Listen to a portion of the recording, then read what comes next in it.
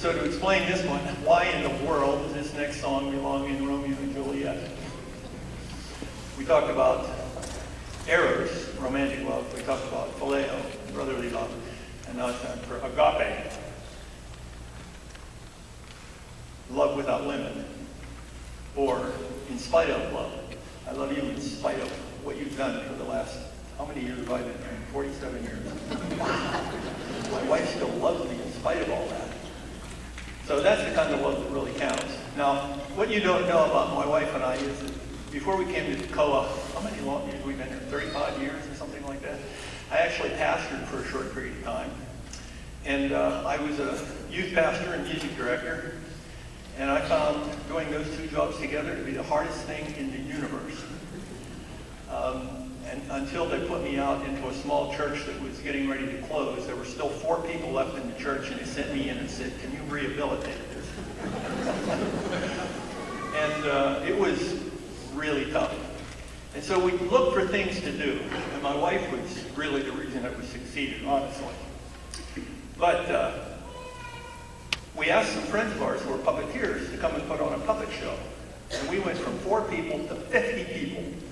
50 doesn't sound like that much to some of you in the churches you worship in, but when you're in a small church where you see 4 to 10 people every morning, and nothing ever seems to change, and finally you bring in puppets, and a few mothers show up with a ton of kids, and you have 50 people. So we talked to the Homshers.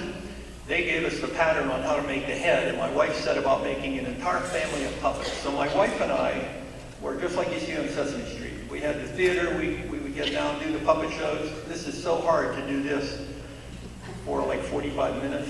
Try it sometime.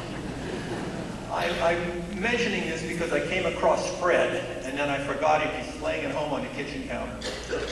Sally and Grandma and Grandpa Gray and the Talking Pumpkin and Bradford Bear, they're still up in the attic somewhere. I don't know where. I wanted to bring Fred and show you. So I called John and asked if he still had this special item, because we used to close programs with this. Let me back up and say, when people find out you have puppets and you're willing to do it for free, you get a lot of invitations. So we were invited to do a sheltered workshop banquet. And bless those wonderful, fantastic kids. They talked and didn't pay attention. We put on our puppet show, and absolutely nothing was working with them. And you understand what I mean by sheltered workshop.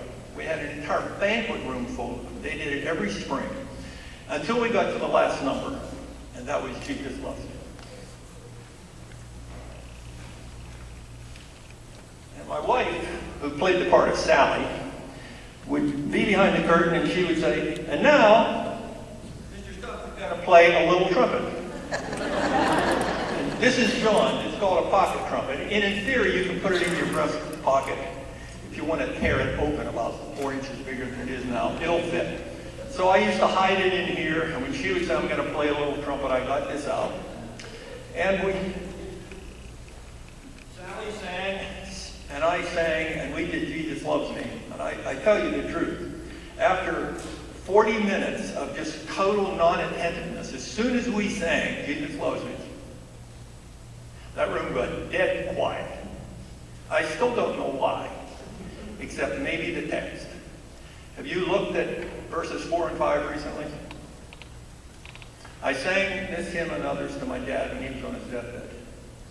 And I hope there's someone to sing it for me when it's time for me to go home. I love this tune. It's theologically sound. It might be one of the most profound love songs ever written. And I love this arrangement, written by Rick Paulding. He writes Christian film scores. And so we're going to close with agape love. We went through romantic, phileo, and now agape love. Jesus Loves Me.